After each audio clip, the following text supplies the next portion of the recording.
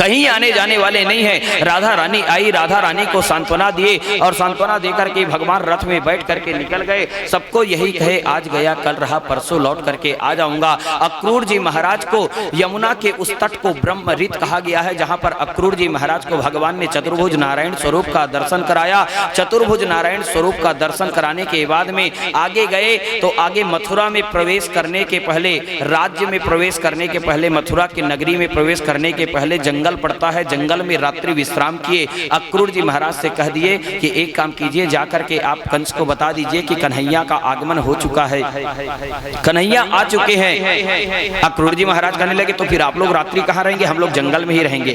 तो अक्रूर जी महाराज कहने लगे चलिए हमारे साथ में, हमारे घर में नहीं, अभी मामा के घर का न्योता है, अभी मैं मामा के घर में ही जाऊंगा। बाद में अक्रूर गृह की लीला, आगे द्वारिका की लीला में हमके श्रवण करने को मिलता है, लेकिन अभी भगवान ने रात्रि विश्राम जंगल में किया।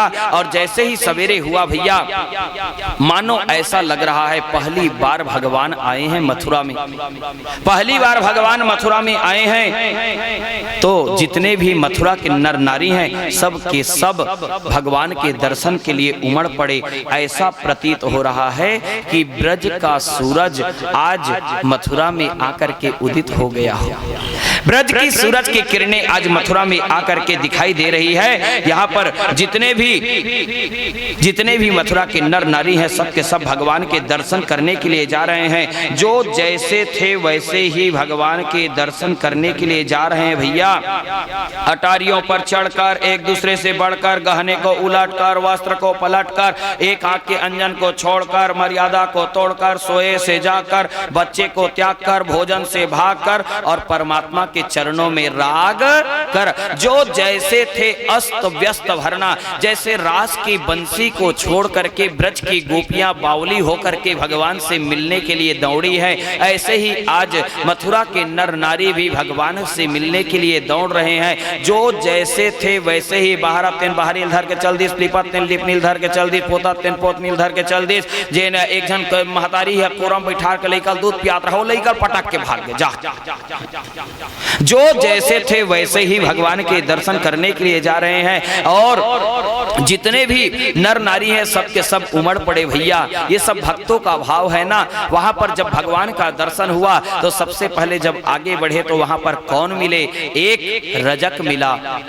कपड़े का गट्ठा लेकर के रजक जा रहा था कंस के दरबार में। तो भगवान कन्हैया उसे रोके और रोक करके कहने लगे, ए रजक कहाँ जा रहा है तू? तो कहने लगे, मैं कंस के दरबार में जा रहा हूँ। क्यों? एक काम करो ना, ये कपड़ा हमें दे दो। तो ये रजक क्या कहने लगा? गरवा चराने वाले, पशु चराने वाले चरवाहा को राजकीय पोशाक शोभा नहीं देती। कहे भगवान लगा हाथ मने मन नहीं, इसने गरवा चराने वाले, पशु चराने वाले चरवाहा को राजकीय पोशाक शोभा नहीं देते की भगवान मने मन के बात ला जान रहे। संतरियामी भगवान की थे, मैं गरवा चराए बर चरा था, पशु चराए बर चरा था, फिर तोले बड़े पशु नहीं देखे, दुगोड़िया बिन पूछी के कहे अरे तेरे अंदर में है रे वो पाशवी वृत्ति, कहे तेरे अंदर में है वो पशुता। भगवान ने पूछा, ये वस्त्र दे रहे हो कि नहीं दे रहे हो? नहीं दूंगा। भगवान ने 3 बार पूछा। जब 3 बार पूछे ना, अंतिम में भी नहीं कह दिया। भगवान ने क्या किया? भगवान क्रोधित हुए और क्रोधित होकर के भगवान कहने लगे, एवं विकत्स्यमानसः कुपितो देवकी सुतः। शब्द पर गौर करेंगे। अभी तक के भगवान कहाँ थे? ब्रजधाम में थे। जब तक के ब्रजधाम में थे तब तक के भगवान यशोदा के पुत्र थे। लेकिन जैसे ही मथुरा में भगवान आए ना, सुखदेव जी महाराज शब्द को परिवर्तित कर दिए और मथुरा में आते ही भगवान को क्या कह दिए? एवं विकत्स्यमानसः कुपितो देवकी रजकस्य कराग्रेण सिरः कायाद पातयत। रजक के कनपटी पर एक तमाचा का प्रहार किए, सिर टूट करके गिर गया, दिव्य ज्योति प्रकट हो गई। 33 कोटि देवी देवता झंझर फूलों की वर्षा, फूलों से कृष्ण चंद्र भगवान की कहने लगे। नंद बाबा समझाते हैं, ए लाला अपन रास्ता में आना है बेटा, अपन रास्ता में जाना है, ककरो संग झगड़ा झंझट नहीं करना है। बाबा से कहने लगे, ए बाबा एकर उम्र जुन्ना पहचान है कहे? जुन्ना पहचान है? ते पहली बार आए जी मथुरा में, तब कैसे जुन्ना पहचान हो गए? गर्गाचार्य जी महाराज गर्ग संहिता में वर्णन करके बताते हैं कि ये वही रजक है, ये वही रजक है जिसके कारण रामचरितमानस में लव कुश कांड की शुरुआत हुई है। इसी रजक के कारण ही मां सीता को अग्नि परीक्षा देनी, इसी रजक के कारण। तो उस समय में तो राम थे, सीधे के लिए भी सीधे और टेढ़े के लिए भी सीधे, लेकिन यहाँ पर तो कृष्ण है। कृष्ण कलम के कम कोकवा लगे है इसे, कृष्ण नाम को लो ना तो 3 बार जीव इधर उधर घूमता है। तो जैसा भगवान ये कराल कलयुग है वैसा भगवान का नाम है श्री कृष्ण मंडलेति नामम यस्य वाची प्रवर्तते भस्मी भवन्तु साधस्तु महापातक कोटिया, महापातक कोटिया। जैसे कराल कलयुग ऐसे ही हमारे जीवन के पाप को नाश करने वाला भगवान का नाम है। आगे बढ़े, वहां पर कपड़ा उल्टा पुल्टा पहने थे, उसको ले जाकर के दर्जी के पास में गए, सबको अपना अपना नाप दे करके उसको अपने हिसाब से बनवाए। जब भगवान के नाप लेने की बारी आई तो कहने लगे भगवान, ए दर्जी तुम्हारे पास में मेरा पुराना नाप है कहे? पुराना नाप है? आज पहली बार है जी? नहीं नहीं नहीं नहीं, याद करो जनकपुर में विवाह का वस्त्र आप ही ने सिया था। गर्गाचार्य जी महाराज वर्णन करके बताते हैं ये सब मुक्त होने के लिए आए हैं, दूसरा जन्म लेकर के मुक्त होने के लिए आए हैं। ये वही दर्जी है जो जनकपुर में भगवान राम के विवाह के वस्त्र सिए थे। आज मुक्ति की प्राप्ति के लिए आए हुए हैं। उसके बाद में एक कुब्जा त्रिवक्र नामा यनुलेप कर्मणि, 3 अंगों की टेढ़ी कुब्जा थी, 3 अंगों से टेढ़ी थी। वो चंदन की कटोरी लेकर के राजा कंस को तिलक लगाने जा रही थी। जब तिलक लगाने के लिए जा रही थी तो बीच में मिल गए कौन? कन्हैया। कन्हैया मिले, कन्हैया कहने लगे एक कुब्जा कहाँ जा रही है?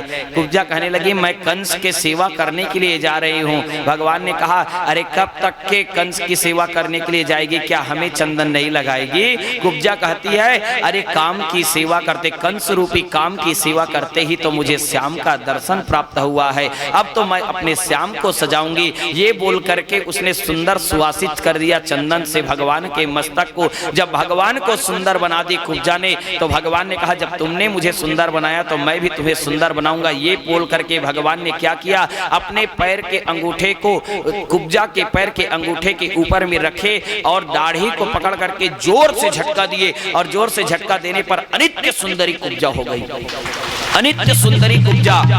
और वो कुब्जा क्या करने लगी, भगवान के दुपट्टे को पकड़ करके खींचने लगी। जब दुपट्टे को पकड़ करके खींचने लगी तो भगवान ने क्या किया, बलदाऊ भैया की ओर देख करके हंस दिए। जब देख करके हंसे बलदाऊ भैया की ओर ना, तो बलदाऊ भैया गोप वालों की ओर देख करके हंस दिए। सब जन हंस दी, हा हा हा ऐसे। जब सब लोग हंसे तो बलदाऊ भैया से भगवान कन्हैया ने कहा बलदाऊ भैया चिन्हा था कौन हरे तेन ला कहे? कौन हरे तेन ला इतनी चिन्हा तो कन्हैया कौन हरे तही बता कहे? एक पुराना आदत नहीं छूटे है कहे? पुराना आदत नहीं छूटे, मैं इतनी चिन्हा था जी। बलदाऊ भैया उसको याद दिलाए भगवान ये कौन है? नाक कान बीनु भाई विकरारा, कौन? वही ठुठुई। हाँ कौन है? ये वही शूर्पणखा है, जिसके कारण राम और रावण का युद्ध हुआ है। ये वही शूर्पणखा है। ये है का करी शूर्पणखा है अपन भाई उकसा दिस, और उकसा करके रावण ला राम के प्रति बैरी बना दिस, और अपन चल दिस कहाँ? समुद्र में। और समुद्र में 10,000 वर्ष तक के तपस्या की है। ये किसकी तपस्या की है? बाबा भोलेनाथ की। और बाबा भोलेनाथ तो अवघड़दानी है। जब तपस्या में प्रकट हुए तो भगवान शंकर कहने लगे वरदान मांगो। तो ये कहा कि थे राम मोर पति हो, कहा था वरदान में उसने कहा था राम मोर पति हो। भगवान शंकर के थे मर जा कहे। कहने का अर्थ क्या है, इस तन को छोड़ो और दूसरे जन्म में द्वापर युग में जब भगवान का प्रेम का अवतार होगा, प्रेम की प्रतिमूर्ति बन करके प्रकट होंगे कन्हैया के रूप में, उस समय में तुम्हें भगवान पति के रूप में अवश्य ही प्राप्त हो जाएंगे। तो इसीलिए ये वही शूर्पणखा है जो आज कुब्जा बन करके मथुरा में पड़ी हुई है। आगे गए, जब आगे गए बाद में कुब्जा गृहवास की लीला किए हैं। अभी भगवान मामा के घर के न्योता को स्वीकार करके सीधे वहां पहुंचे जहां पर एक कुवलिया पीर नाम का हाथी था, जिसके अंदर में हजारों हाथियों का बल था। बलदाऊ भैया और कन्हैया दोनों मिल करके उस हाथी का वध किए। आगे गए तो वहां पर चाणूर और मुष्टिक नाम के दो पहलवान थे, उसको भी भगवान दोनों भाइयों ने मार करके गिरा दिया। अंदर प्रवेश हुआ, जब अंदर में प्रवेश हुआ तो वहां पर एक धनुष रखा हुआ था, बहुत बड़ा विशाल धनुष, धनुष यज्ञ था तो विशाल धनुष रखा हुआ था। धनुषो भज्य मानस शब्द खम रोदसी दिशा पूरया मास यम श्रुत्वा कंसस्त्रासमुपागमत। भगवान ने उस धनुष को उठाया और धनुष को उठाकर उठाते ही वो दो टुकड़े में विभक्त हुआ। जब धनुष टूटा तो वहां पर इतने जोर से टंकार हुआ, इतने जोर से आवाज हुआ, धनुषो भज्य मानस्य शब्द खम रोदसी दिशा पूरया मास यम श्रुत्वा कंसस्त्रासमुपागमत। उस धनुष के टूटने की टंकार दसों दिशाओं में फैल गई। जब धनुष टूटा तो उसी समय में कंस क्या करने लगा, भगवान को मारने के लिए हाथ में तलवार लेकर के अपने आसन से उठा और नीचे आने लगा। कूद करके नीचे आना चाहता था, लेकिन कंस के कूदने के पहले भगवान स्वयं उछल करके कंस तक के पहुंचे और कंस तक के पहुंच करके भगवान ने क्या किया, उसकी चोटी को पकड़े और चोटी को पकड़ करके घुमाने लगे, जमीन पर पटक करके घुमाने लगे। प्रगृह्य केशेषु चलत किरीटम निपात्य रंगो परितुंग मंचात्।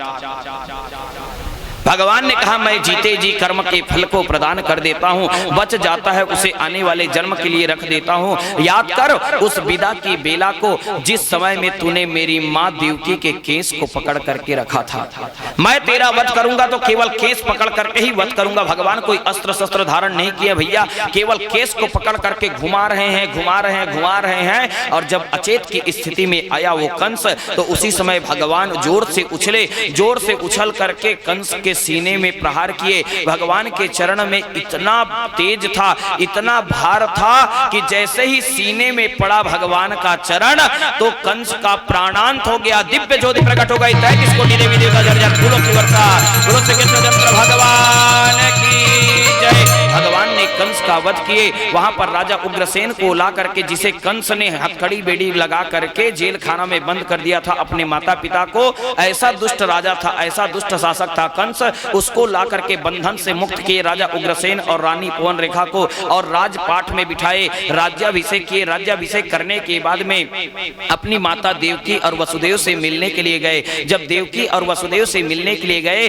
तो देवकी और वसुदेव भगवान से मिलना नहीं चाहते थे। भगवान से कहने लगे, अरे इतने बड़े बड़े राक्षसों को मारने वाला साधारण कोई नहीं हो सकता, हमारा बेटा नहीं हो सकता, ये मन ही मन कह रहे हैं। लेकिन भगवान ने क्या किया, अरे आज तक के तुम्हारा लाला अभागा था माते, आज तक के 11 साल तक के मुझे मेरी माँ के चरणार विंद न मिले, अभागा था तुम्हारा लाला, आज मुझे माता पिता के चरण मिले हैं। ये बोल करके भगवान सीधे सीधे गए और सीधे सीधे जा करके कहाँ गिरे, माता पिता के चरणों में गिरे और चरणों में गिर करके प्रणाम किए। जब प्रणाम करने मात्र से उनका मन ना भरे ना, तो भगवान क्या किए, अपने सिर को माता पिता के चरणों में रगड़ने लगे। भैया ये होता है, भगवान शिक्षा दे रहे हैं कि माता पिता के चरणों में ही सारा जहान है। मातरम पीतरम चैवा मोचित्वात बद्धनात् कृष्ण रामो वंदाते शिरसा अस्पृश्य पादयो, शिरसा अस्पृश्य पादयो। वहां पर संस्कार की आवश्यकता होती है। माता पिता के चरणों में सब कुछ है भैया, माता पिता के चरणों में तीर्थ है, माता पिता के चरणों में धाम है, माता पिता के चरणों में भगवान है, सब कुछ माता पिता के चरणों में है। इसीलिए भगवान ने दोनों लीलाओं में, राम की लीला में भी आपको माता पिता की पूजा करने का संदेश देते हैं भगवान। प्रातः काला उठे के रघुनाथा मात पिता गुरुना वही माथा। प्रातः के समय में उठ करके माता पिता के चरणों की, गुरुजनों की प्रणाम करे, यह हमारी भारतीय संस्कृति। लेकिन आजकल के लड़का मन तो प्रणाम करे तरीका चला बदल दे हैं। काबर ओमन एडवांस युग वाले हो गए ना। आजकल के लइका मन कोनो हाथे के पांव पर आथे, कोनो गोड़ के पांव पर आथे, कोनो माड़ी के पांव पर आथे, कोनो कमर के पांव पर आथे, कोनो कंधा के पांव पर आथे, कतको झन तो ऐसे भर कर दी। तो याद रखू ना, जैसन मैया लियन दियन तैसन देबो आशीष से। तय कहूँ ऐसे करके पांव पर आथस ना तो आशीर्वाद देवैया घलो ऐसे कर दिस, हो गए खत्म जा। जैसा तुम प्रणाम करोगे वैसे ही आशीर्वाद मिलेगा। अगर कहीं कोई दंडा शरण अगर कहीं प्रणाम करता है तो अपने आप ही आशीर्वाद देने वाले का हाथ उसके सिर के ऊपर में आ जाता है। ये प्रणाम करने का तरीका है भैया। माता पिता ही संसार के भगवान है और दूसरा कोई भगवान के जब मिलन को देखे देवकी और वसुदेव के साथ में तो नंद बाबा घबराने लगे और नंद बाबा घबराते हुए सोचने लगे कि ये लौट करके जाएगा कि नहीं, लौट करके जाएगा कि नहीं। लेकिन यहाँ पर जो सोच रहे थे वही हुआ। कन्हैया से कहने लगे, कन्हैया चलो चलते हैं। अब बाबा से कहने लगे, कहाँ चलेंगे पिताजी, कहाँ चलेंगे बाबा? वाह, तेत कई का इसका जी ब्रज में आज गया कल रहा परसों आ जाऊंगा करके, तो चलना लहूटे पर तो लगी अमल्ला। तो कहने लगे कन्हैया, ए बाबा मैं लौटने के लिए तो लौट जाता, लेकिन जाऊं तान फिर काली जुअल शुरू हो ही कही कहा कहे हयो हयो हयो गरवा चराग शुरू हो ही। तो थोड़ा बहुत पढ़ना लिखना भी जरूरी है, साक्षर होना भी जरूरी है। इसलिए अब हम लौट करके नहीं जाएंगे। जितने भी उसके साथ में साथी आए थे, ग्वाला आए थे ना, वो कहने लगे कन्हैया अगर कहीं तुम लौट करके नहीं जाओगे तो हम भी तुमसे मिलने के लिए नहीं आएंगे। यहाँ पर ब्रज में हम तुमसे मिलने, यहाँ मथुरा में मिलने के लिए नहीं आएंगे। भगवान ने कहा मुझे तो आगे की लीला करनी है मित्रों, चाहे तुम मिलने के लिए आओ चाहे ना आओ, मैं अब लौट करके जाने वाला नहीं हूँ। मैं अब पढ़ाई करने के लिए संदीपनी गुरुजी के आश्रम में जाकर के मैं विद्या अध्ययन करूंगा। वहां से रोते बिलखते लौटे हैं नंद बाबा। जितने गोप ग्वाल गए थे सबके सब रोते बिलखते लौटे हैं। और लौटने के बाद में यशोदा मैया जितने गोपी थे, जितने ग्वाल थे, सब के सब जैसे छोड़ करके गए थे। भगवान कन्हैया जिस दिन गए, जिस स्थान पर जिस स्थिति में जैसे छोड़ करके गए थे, जब लौट करके नंद बाबा आए तो वो वैसे ही स्थिति में पाए गए। कहने का तात्पर्य क्या है? किसी के घर में 3 दिनों तक के चूल्हा न जले। भगवान के प्रेम में, भगवान के विरह में किसी के घर में चूल्हा न जले, किसी ने अन्न जल का पान नहीं किया। अरे ये तो इंसानों की बात हो गई भैया। गौ माताएं घास खाना छोड़ दी, छोटे छोटे बछड़े वो दूध पीना छोड़ दिए, केवल सबके आंखों में आंसू जल की, असुवन जल की धार बह रही है। वृंदावन वृंदा का वन नहीं रह गया भैया, बल्कि बिरहा का वन हो गया। बिरह में जितनी भी गोपियां हैं सब के सब भगवान को पुकारती हैं और भगवान को पुकारते हुए कहती है ठीक है कन्हैया तुम भले ही ना आओ, लेकिन हमारे लिए, हमारे जीवन को तब तक करने के लिए तुम्हारी जो कथाएं हैं, तुम्हारी जो लीलाएं हैं वही काफी है। यहाँ पर भगवान ने मथुरा से उज्जैन पहुंचे, संदीपनी गुरुजी के आश्रम में जाकर के वहां पर भगवान ने 64 दिन में 64 कला की विद्या को प्राप्त किए। गुरु गृह पढ़न गए रघुराए, अल्प काल विद्या सब पाए। गुरु जी के आश्रम में जाकर के जहां पर सुदामा जी महाराज के साथ में भगवान कन्हैया की मित्रता हुई, 64 दिनों में 64 कला की विद्या को प्राप्त किए। प्राप्त करने के बाद में जरासंध ने क्या किया, अपने दामाद कंस की हत्या का बदला लेने के लिए जरासंध ने भगवान के ऊपर में चढ़ाई कर दिया, भगवान का वध करने के लिए चढ़ाई कर दिया। 17 बार 23 अक्षौहिणी सेना लेकर के जरासंध युद्ध करने के लिए चढ़ाई किया। 17 के 17 बार भगवान ने पराजित किया जरासंध को। जब 18वीं बार जरासंध ने काल यवन को लेकर के आया तो भगवान ने पीठ दिखा करके रण को छोड़ करके भाग गए। तो भगवान का नाम रण को छोड़ करके भागे। काल यवन को देख करके काल यवन पीछे पीछे आ रहा है और भगवान आगे आगे चल रहे हैं। तो यहाँ पर भगवान की कथा में सुंदर सा संदेश भगवान कहते हैं, काल काल आ रहा है तो समय, काल मतलब होता है समय, समय से आगे चलना सीखो, समय से पहले चलना सीखो। कभी भी कल की प्रतीक्षा ना करो। काल करे सो आज कर, आज करे सो अब, पल में परलय होयगे, बहुरी करेगा कब, बहुरी करेगा कब। अरे कल की बात छोड़ दो भैया, और कल की बात को छोड़ करके केवल past is death, future is dark, best make your present time. अपने वर्तमान को संवार लो, आपका भूत और भविष्य अपने आप ही संवर जाएगा। इसलिए भगवान ने वहां पर 18वीं बार में जैसे ही पीठ दिखा करके भागे, आगे आगे कन्हैया जा रहे हैं। कन्हैया जा करके प्रवर्सन गिरी में जहां पर वरदान मांग करके सोए हुए हैं, नींद का वरदान मांग करके सोए हुए हैं। कहने लगे अरे ये वरदानी है, और ये वरदानी है इसीलिए यही काल यवन को मार सकता है। प्रवर्सन गिरी में गए और प्रवर्सन गिरी में जाकर के मुचकुंद महाराज जो देवताओं के साथी थे युद्ध में, तो देवताओं से वरदान मांगे। वरदान मांगने पर कहे कि मुझे केवल नींद का वरदान चाहिए, और नींद के वरदान में देखो मुझे कोई डिस्टर्ब ना करे। जैसे कुंभकर्ण ने मांगा था ना, मांगा हूं नींद मास 60 केरी, 6 महीने की नींद 6 महीने की जागना, ये मांगे थे वरदान में। ऐसे ही नींद का वरदान किसने मांगा था? मुचकुंद महाराज जी ने मांगा था। मुचकुंद महाराज जी नींद का वरदान मांग करके सोए हुए थे, मुझे कोई डिस्टर्ब ना करे, मैं बहुत थक गया हूं, ये वरदान मांग करके सोए हुए थे। और भगवान इस बात को जानते थे कि अगर कहीं मुचकुंद जाग गया तो जागने के बाद में ये काल यवन जल करके राख हो जाएगा। इसलिए भगवान ने लीला किए, गए प्रवर्सन गिरी में, प्रवर्सन गिरी में जाकर के अपनी पीतांबर को कहां ढक दिए? मुचकुंद के ऊपर में, पीछे पीछे, और भगवान छिप गए। पीछे पीछे काल यवन आया तो भगवान की पीतांबर को देख करके वो समझा कि ये भगवान कन्हैया है। मुचकुंद को ही कन्हैया समझ करके एक लात का प्रहार किया, और जैसे ही एक लात का प्रहार किए मुचकुंद महाराज की निद्रा टूटी, और निद्रा टूटते ही मुचकुंद महाराज की आंखों से आग की ज्वाला निकले, और वो काल यवन जल करके राख। और काल यवन के राख होते ही मुचकुंद महाराज के सामने में कौन खड़े हैं? शंख चक्र गदा पद्ममाला धारण के भगवान नारायण खड़े हैं। 33 कोटि देवी देवता घर जात फूलों की वर्षा, बोलो श्री कृष्णचंद्र भगवान की जय।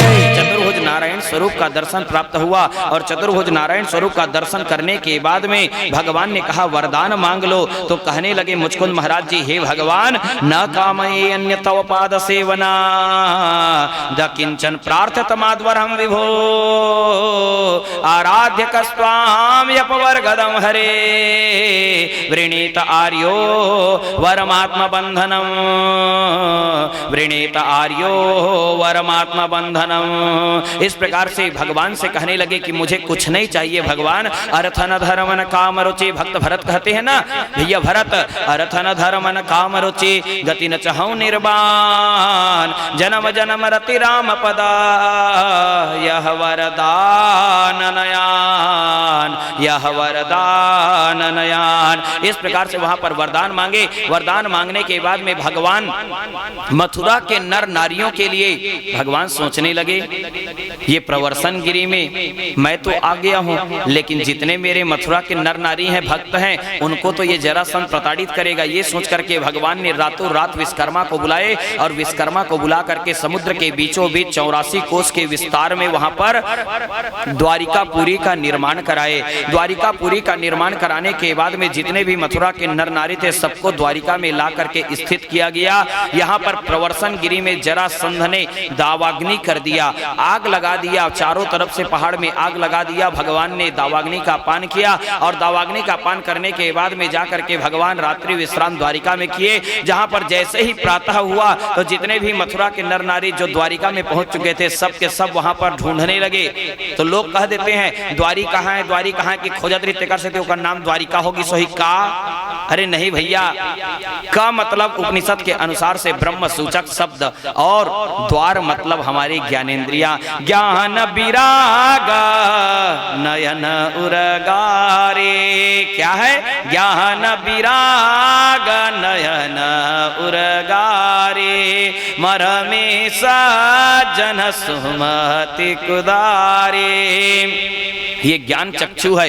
इन ज्ञानेंद्रियों के माध्यम से हमें भगवान को निहारना है, उसी का नाम द्वारिका कहा गया है। यहाँ पर द्वारिका की लीला में सबसे पहले बलदाऊ भैया का ब्याह रैवत की कन्या रेवती के साथ में बलदाऊ भैया का ब्याह हुआ। कहा पर बलदाऊ भैया के थे, ए बलदाऊ भैया तोर बिहाल पहली होन दे तेकर बाद में फिर मोर बिहाल कर हूँ कहे। कहा पर मोर पूरा 16,108 वाले लंबा चौड़ा वाले एक है, अब तोर एक जन वाले तेकर से देते पहली निपटा ले कहे। बलदाऊ भैया का ब्याह हुआ विधिवत। उसके बाद में कुंडिनपुर नामक नगर में एक राजा रहते थे जिसका नाम था भीष्मक। भीष्मक महाराज जी के 5 पुत्र 1 कन्या, रुक्मी, रुक्मरथ, रुक्मबाहु, रुक्मकेश, रुक्ममाली। ये भीष्मक महाराज जी के 5 पुत्र हैं और एक बिटिया है जिसका नाम है रुक्मणी। रुक्मणी मैया बचपन से ही सत्संग करती है और सत्संग में जाकर के भगवान को अपने पति के रूप में वर्ण कर चुकी है। जब विवाह के योग्य हुई रुक्मणी मैया तो विवाह के योग्य होने पर भीष्मक महाराज जी ने कहा कि क्यों ना हम लोग कन्हैया को अपने दामाद बना ले, द्वारिकाधीश श्री कृष्ण को हम लोग अपना दामाद बना ले। तो उसका भाई जो था रुक्मी, बड़ा बेटा जो था भीष्मक का, वो हलाहल जहर के समान था। वो कहने लगा नहीं नहीं नहीं नहीं नहीं नहीं, बिल्कुल ऐसा नहीं हो सकता। अरे ना उसकी जात का पता, ना बिरादरी का पता, कोनो किथे यशोदा के बेटा है, कोनो किथे देवकी के बेटा है, ओकर तो गोतियार के ठिकाना नहीं है कहे। चीर की चोरी करने वाला, पीत पीतांबर की चोरी करने वाला, ऐसे चोर को क्या हम अपने घर का दामाद बनाएंगे? नहीं, हमारे घर का दामाद बनेगा तो चंदेनी के राजा शिशुपाल बनेगा। शिशुपाल के पास में मंगल सगुन लेकर के पहुंच गए रुक्मी, और रुक्मी मंगल सगुन लेकर के पहुंच गए और शिशुपाल से कहे कल हमारी बहन के साथ में आपका ब्याह होना है महाराज,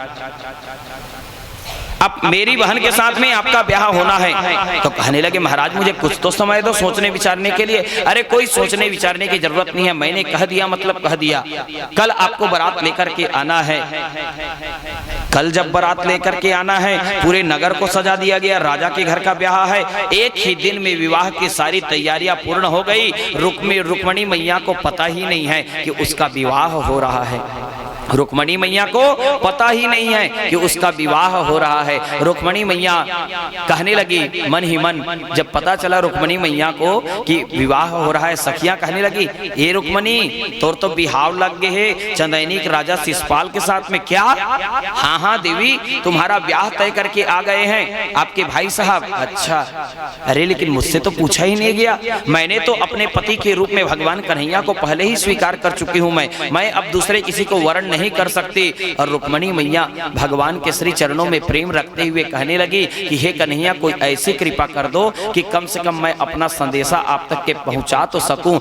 ये मन ही मन में सोच रहे थे, उसी समय में भगवान की कृपा हुई और एक सुदेव नाम के ब्राह्मण आए। सुदेव नाम के ब्राह्मण से कहने लगी रुक्मणी मैया क्या मैं पत्र दूंगी, उस पत्र को ले जाकर के द्वारिकाधीश श्री कृष्ण तक आप पहुंचा देंगे? सुदेव महाराज ने कहा ठीक है देवी, पत्र लिख करके दे दो। 7 श्लोकों में पत्र लिखती है और 7 श्लोकों में पत्र लिख करके रुक्मणी मैया ब्राह्मण देवता के हाथ में दिए। ब्राह्मण देवता ने उस पत्र को अपने जटा में खोचे और जटा में खोच करके वहां से निकल गए। जब द्वारिका में पहुंचे तो भगवान ने अतिथि देवो भवः का स्वागत सत्कार शुरू कर दिया। स्वागत सत्कार कुछ ज्यादा हो गए थे, वो ब्राह्मण देवता के नाक बाजे शुरू हो गए, घर सूत गए। और जहाँ सुतीस ना भगवान कन्हैया मने मन में सोचते एक काय काम बर आए है और देख लेते हैं घर नाक ला बजावा सूते है। अरे काम भी आए हैं तो कामला करना चाहिए, तो ये नाक ला बजावत घर सूते है। ये सोच करके भगवान कहने लगे अरे अगर कहीं मैं इसको जगाता हूँ तो सेवा का अपराध हो जाएगा। इसीलिए भगवान ने एक उपाय निकाला और उपाय निकाल करके भगवान ने क्या किया, पैर को दबाना शुरू किए। जब पैर को दबाना शुरू किए तो जोर जोर से जब पैर को दबाए ना तो हड़बड़ा करके जागे वो, और हड़बड़ा करके जागने पर भगवान कहने लगे क्षमा करेंगे महाराज जी, मैं सेवा कर रहा था चरणों की। ब्राह्मण देवता ने कहा ठीक है ठीक है, आपने जगा दिया, बहुत अच्छा किया। ये लो, ये क्या है? पत्र है। किसका पत्र है? रुक्मणी मैया का पत्र है। भीष्मक की बिटिया रुक्मणी, उन्होंने आपके लिए पत्र भिजवाया, संदेशा भिजवाया है। तो क्या उस पत्र को लेकर के भगवान किसी कोने में चले गए, अकेले में पढ़ने के लिए चले गए? क्या उस पत्र को लेकर के क्या भगवान अलग से होकर के उस पत्र को पढ़े? क्या अपने हाथ में लिए भगवान उस पत्र को? नहीं भैया, अगर कहीं कोई ऐसा अगर कहीं व्याख्या करे ना, तो याद रखना वो कलयुगी मन की व्याख्या होगी, नहीं तो उसे भाषा विनोद करना होगा, नहीं तो उसे शास्त्र का ज्ञान नहीं होगा। क्योंकि यहाँ पर भागवत महापुराण में स्पष्ट ही कहा गया है, हे ब्राह्मण देवता, आप शास्त्रों के ज्ञाता है, आप शास्त्र को जानने वाले हैं, तो इसलिए इस पत्र को आप ही पढ़ करके सुनाइए, आप ही पढ़ करके सुनाइए। और ब्राह्मण देवता उस पत्र को पढ़ करके सुनाए हैं। भगवान कन्हैया अपने हाथ में स्पर्श तक के नहीं किए हैं। और पहले श्लोक में ही रुक्मणी मैया क्या लिखती है? श्रुत्वा गुणान भुवन सुंदर श्रृण्वतान्ते निर्विश्य कर्ण विवरेर हरतोंगतापम।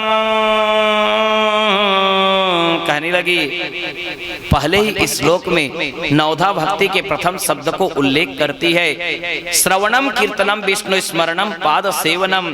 कन्हैया तोरे गुण सुन के आयो शरण तिहारे, सतसंग में तोहे वरण कियो प्रथम वचना हमारे। पहले वचन में कहती है कि हे कन्हैया, मैं तुम्हें पति के रूप में मान चुकी हूँ, मैं वरण कर चुकी हूँ, मैं अब दूसरे किसी को पति बनाना नहीं चाहती। दूसरे श्लोक में कहती है, कन्हैया जग में पुरुष तो केवल आप, वन में सिंह दहाड़े, सिंह के भाग श्रृगाल न ले, दूसरा वचन बिचारे।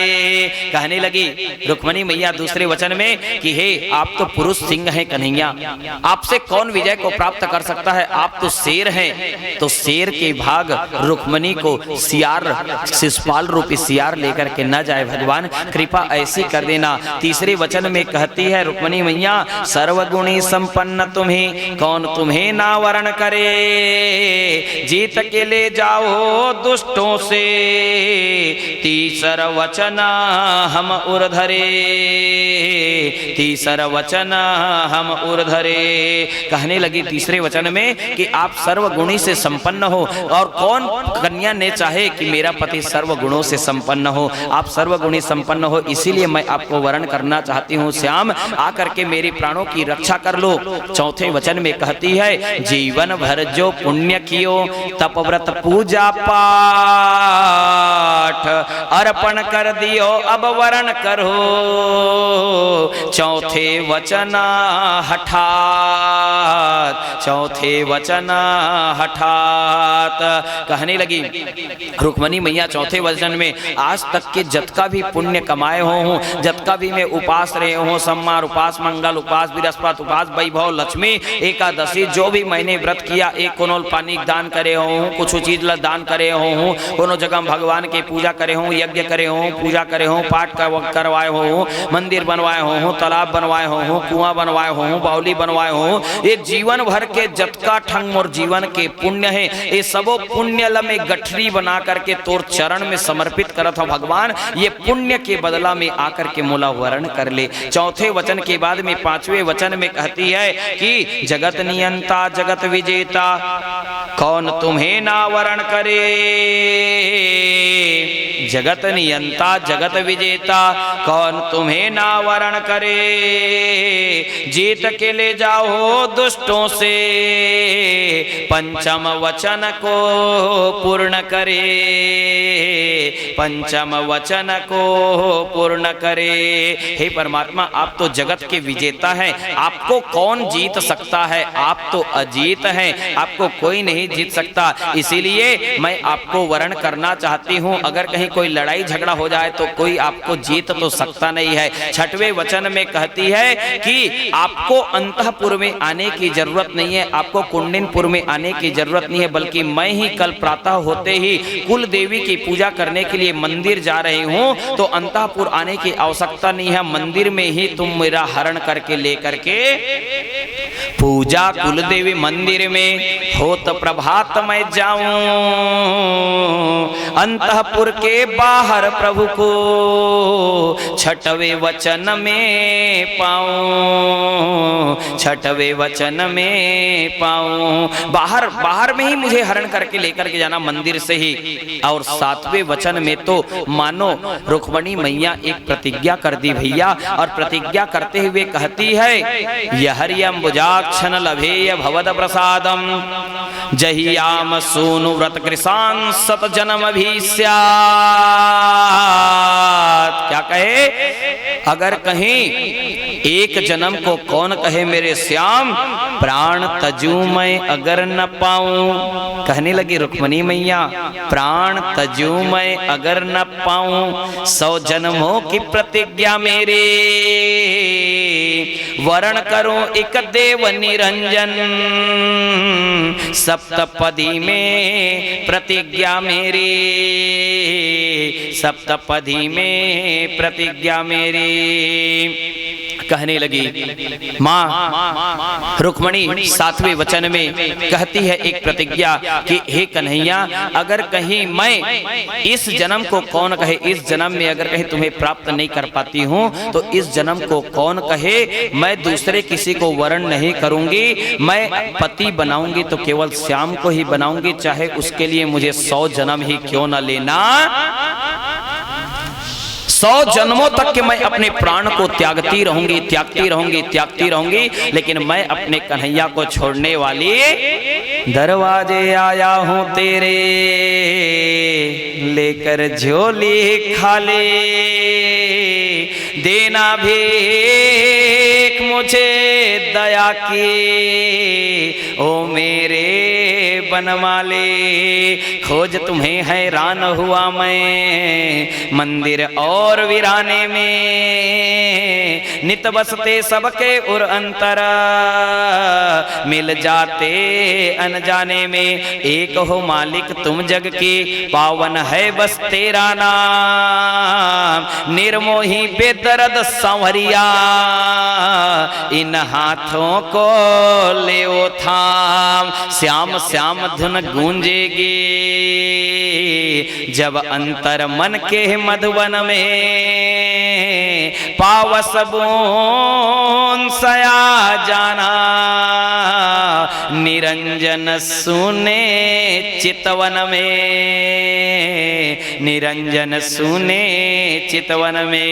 एक भरोसो एक बल एक आस विश्वास, एक राम घन श्याम हिता, चाहतक तुलसीदास, चाहतक तुलसीदास। इस प्रकार से रुक्मणी मैया के साथ उस संदेशा को पढ़े ब्राह्मण देवता ने, तो ब्राह्मण देवता कहने लगे महाराज तो फिर आपका डिसीजन क्या है, फैसला क्या है? डिसीजन ला बाद में पूछबे, चल रथ में बैठ के सबसे पहले चलो रथ में बैठो। क्यों? क्योंकि सवेरे होने में ज्यादा समय नहीं है, हम लोग को रात में ही निकलना होगा। भगवान ब्राह्मण देवता को लेकर के ब्राह्मण देवता खोलो मने मन में खुश हो गए, काबर आइक बिरा रिंगात रिंगात आयरी से जाइक बिरा रथ में बैठ के जाते, खुश हो गए महाराज चल कम से कम भगवान के संग में बैठ के जाए बर मिला थे। सीधे गए जंगल में जाकर के रात्रि विश्राम हुआ, और जाकर के बता देना रुक्मणी को भगवान आ गए हैं और वो मंदिर से ही हरण करके लेकर के जाएंगे। रुक्मणी मैया प्रतीक्षा कर रही है, ब्राह्मण देवता अभी तक के क्यों नहीं आए। और जैसे ही ब्राह्मण देवता को देखे रुक्मणी मैया अपने आप को रोक नहीं पाई, कहने लगी भगवान ने क्या कहा, भगवान ने मेरा संदेशा पढ़ा, भगवान ने कोई उत्तर दिया, भगवान ने कोई जवाब दिया, अरे रुको तो देवी कहे। ब्राह्मण देवता कहने लगे अरे थोड़ी देर रुक तो जाओ। क्या हुआ महाराज, कुछ तो बता दो मुझे। क्या बोले भगवान कन्हैया ने, अरे देवी तुम चिंता क्यों कर रही हो, भगवान आ गए। क्या भगवान आ गए हैं? हाँ हाँ देवी भगवान आ गए हैं। जब भगवान आ गए हैं करके सुने ना, तो रुक्मणी मैया अपने आप को कंट्रोल नहीं कर पाई और रुक्मणी मैया कहती है अरे मैं तो साक्षात लक्ष्मी हूँ, तो मैं ऐसा मन हो रहा है महाराज, हे ब्राह्मण देवता आप मेरे लिए भगवान को लेकर के आए, तो ऐसा लग रहा है कि मैं सारे संसार के धन को आपके चरणों में डाल दूं। लेकिन मुझे पता है ब्राह्मण देवता आप नारायण के चरणों के पुजारी हैं, आप लक्ष्मी के चरणों के पुजारी नहीं है, इसीलिए मैं इसको आपको समर्पित नहीं कर रही हूँ। लेकिन मैं एक प्रतिज्ञा अवश्य ही कर रही हूँ कि जन्मों जन्म तक के मैं आपके ऋण से कभी उऋण नहीं हो सकती। ये रुक्मणी मैया के मन का भाव था। ब्राह्मण देवता ने संदेशा सुनाया। प्रातः होते ही रुक्मणी मैया वहां से प्रस्थान कर गई। कहां जा रही है? मंदिर में कुल देवी की पूजा करने के लिए सखियों के साथ में, जितने भी बाजा गाजा के साथ में, पहरेदारों के साथ में रुक्मणी मैया वहां से प्रस्थान करती है मंदिर की ओर। और मंदिर में जाकर के मां भगवती से, मां सती से, मां भगवती से कहने लगे नमस्ते त्वाम्बिके अवेक्षणम स्वसंतानयुतां शिवा भूयात् पतिर्मे भगवान विप्राया तदनुग्रहात्।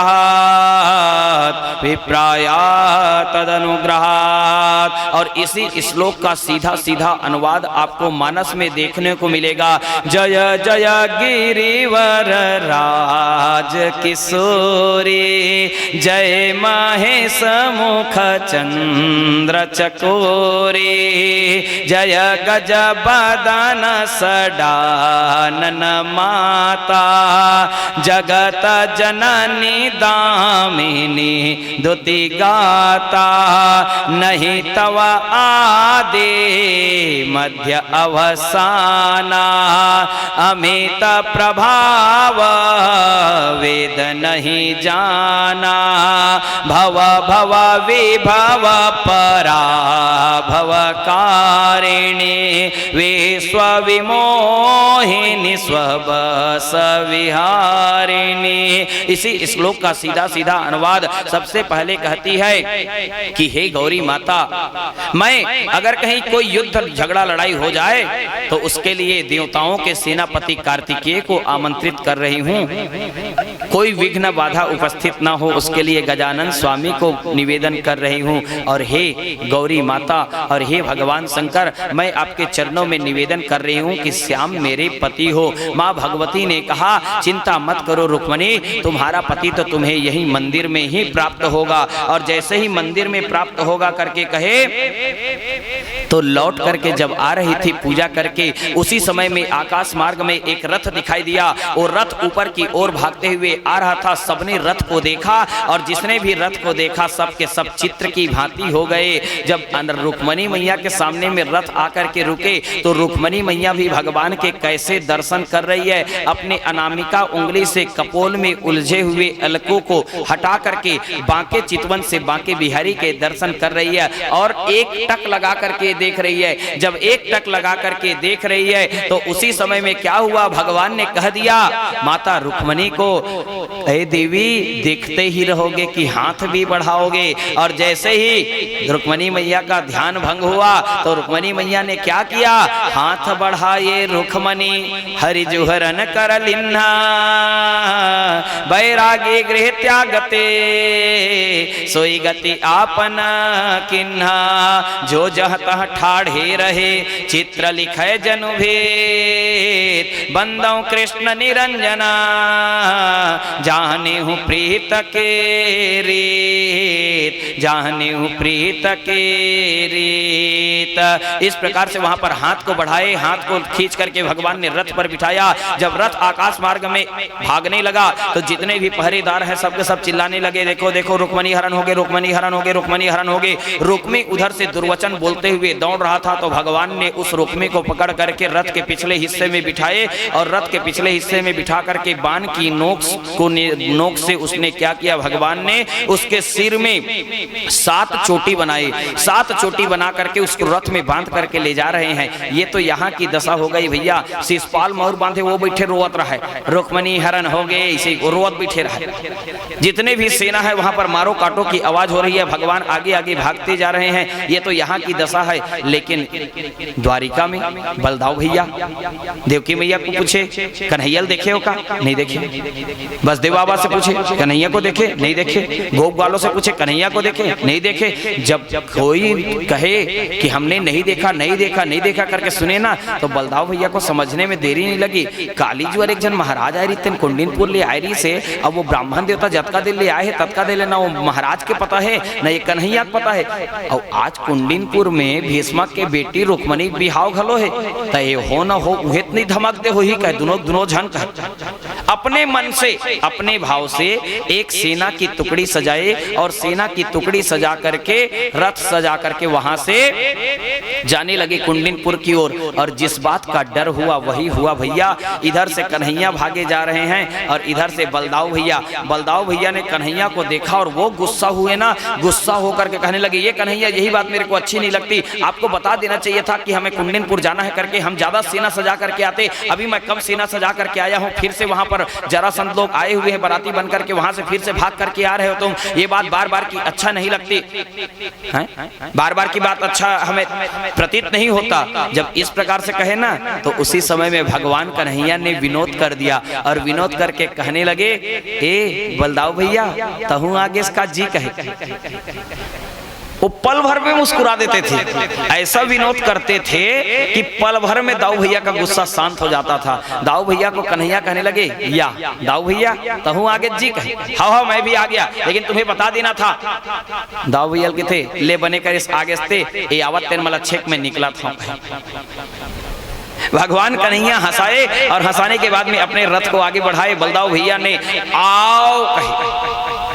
भगवान जाने काय मंत्र हो दादा, आओ की एक हाथ में नांगर एक हाथ में मुसर।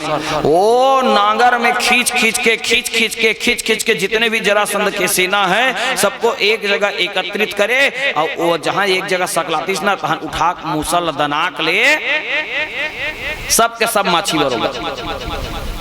तो जरासंध जहां नांगर पटकावे ना, तो जरासंध चिल्लावे जोर से, देखो रे नांगर के नाच भर में झन आहू कहे। कावर में एक संग में 17 बार युद्ध करे हैं। नांगर मुसल वाले बहुत अच्छी तरीके जानता मैं 17 बार में युद्ध करे हैं, 18वां बार में भागे हैं। तेकर से तियल जाना था मैं नांगर के नाच भर में झन आहू और नांगर के नाच में कहूँ आय तुम्हार नाच कोनो नहीं बचा सका।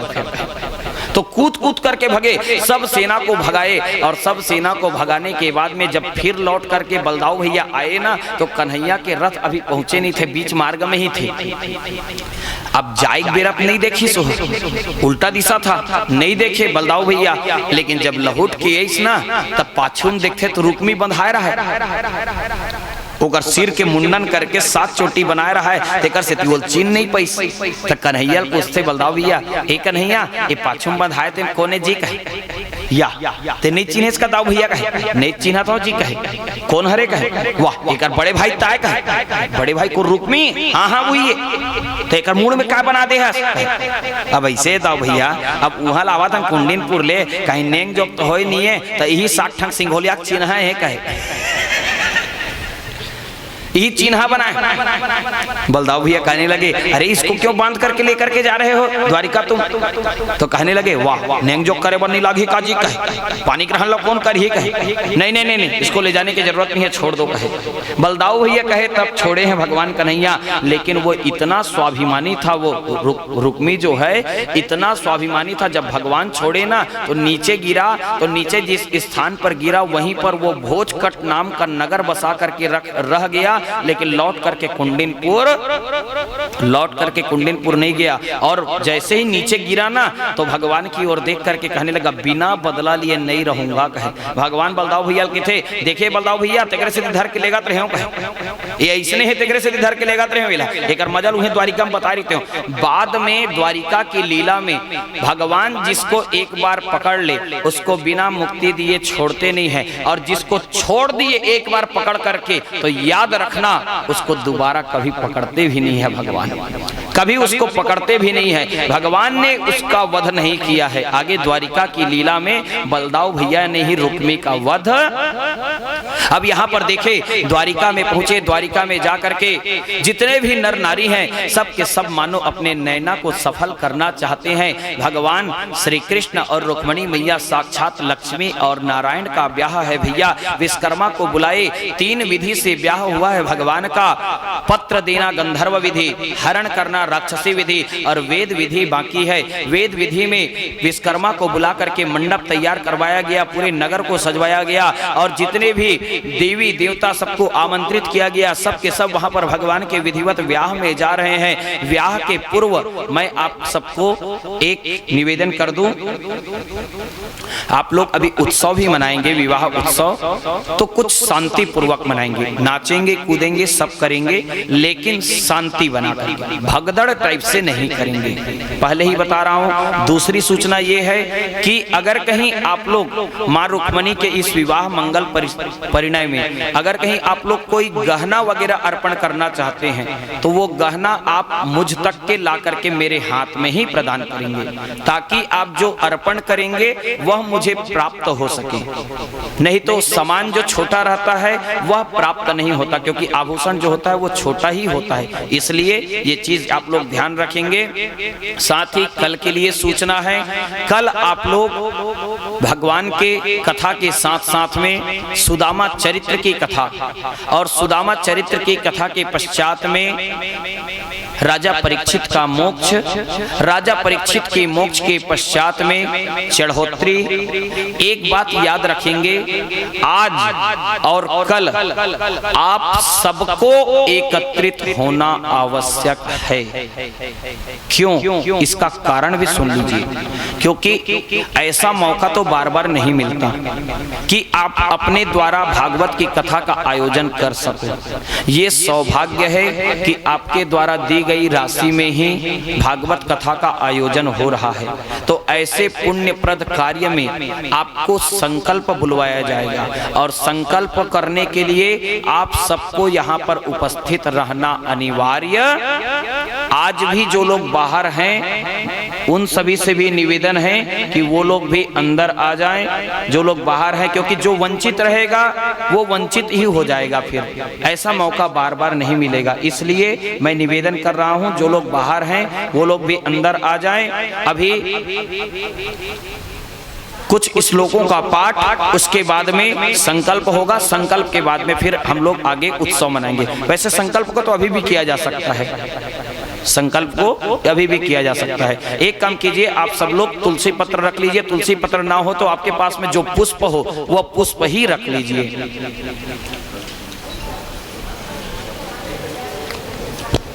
बाहर आसपास अगर कहीं कोई हो हमारे व्यक्ति लोग तो आप लोग बुलवा लीजिए उनको। हल्ला नहीं, हल्ला नहीं।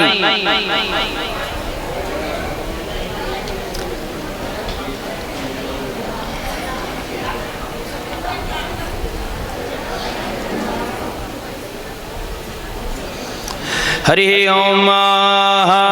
ओम मंगलम भगवान विष्णु मंगलम गरुड़ध्वजा मंगलम पुंडरीकाक्ष मंगलायतनो हरे।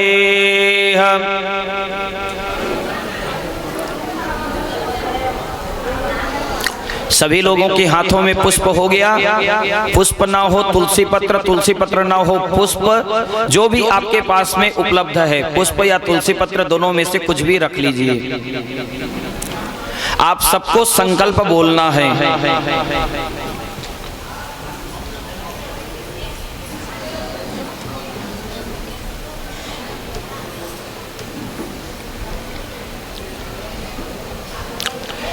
रुक्मिणी कृष्ण को भी लेकर के आ जाइए, रुक्मिणी कृष्ण को भी लेकर के आ जाइए।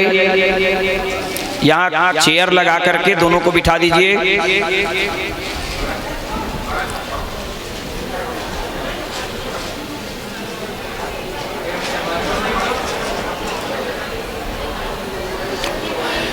बोलो श्री कृष्णचंद्र भगवान की, रुक्मिणी मैया की।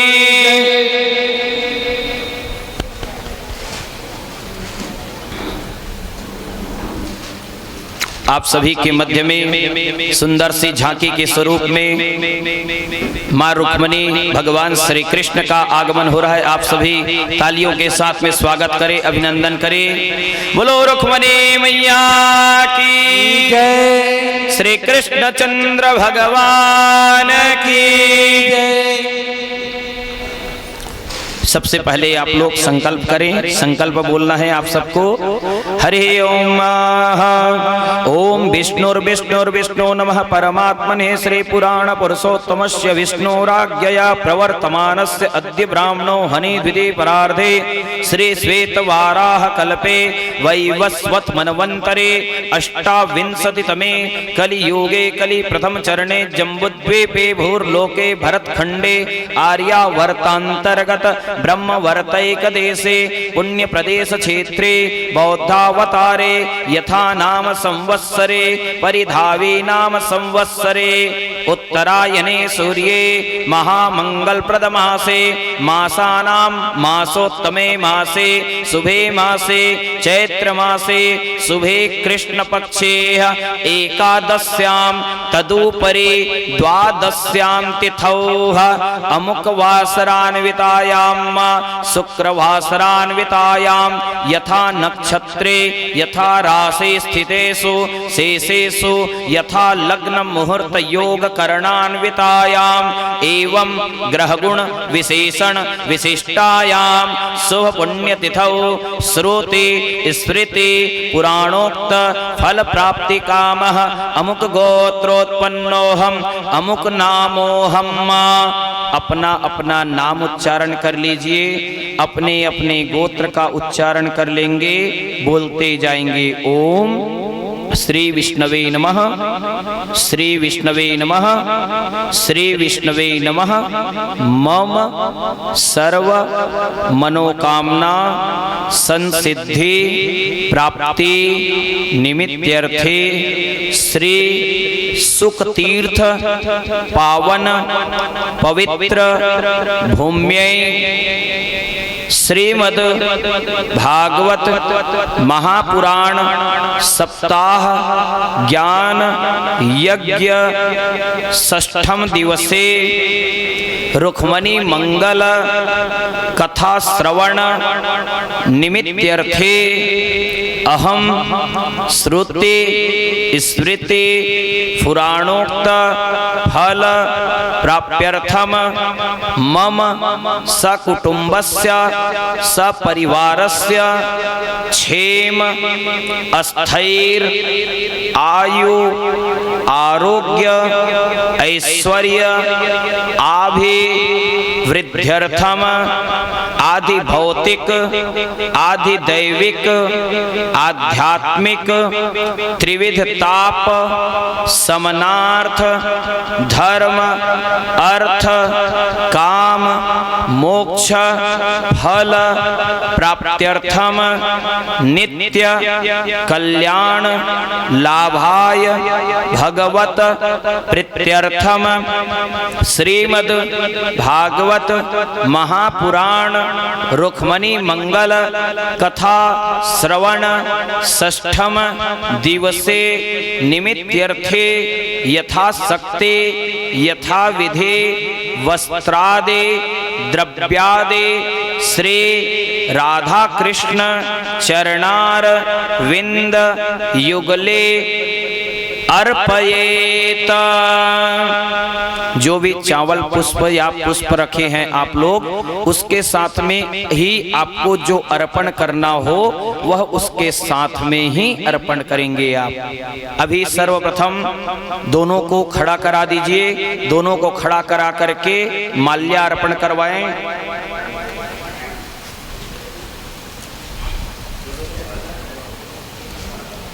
बैठे रहेंगे बाकी आप सभी लोग, दोनों को खड़ा करवाइए।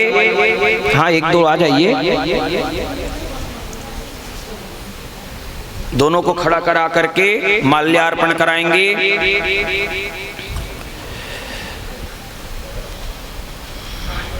एक दूसरे को कुर्सी में खड़ा करा दीजिए ताकि सबको दर्शन लाभ प्राप्त हो।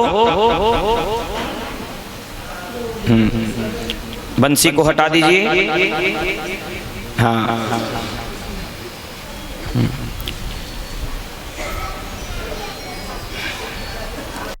एक दूसरे को आप लोग माला पहनाइए। बोलो श्री कृष्ण चंद्र भगवान भी श्रीनुयाम देवा भद्रम पश्येमाक्षभिर्यजत्रा मंगलम भगवान विष्णु मंगलम गरुड़ध्वज मंगलम पुंडरीकाक्ष मंगलायतनो हरि। पुनः बिठा दीजिए। बिठा करके माननीय श्री मुख्य यजमान आप सब पहले सबसे पहले आकर के करेंगे पूजन। जो भी अर्पण करना हो आप लोग अर्पण करेंगे। पश्चात में अन्य श्रद्धालु जन, बाकी आप सभी लोग जो लोग बैठे हैं आप सभी भगवान के मांगलिक गीतों पर आप सभी भगवान की मनोरम इस लीला झांकी का दर्शन प्राप्त करेंगे, आनंद लेंगे आप सभी।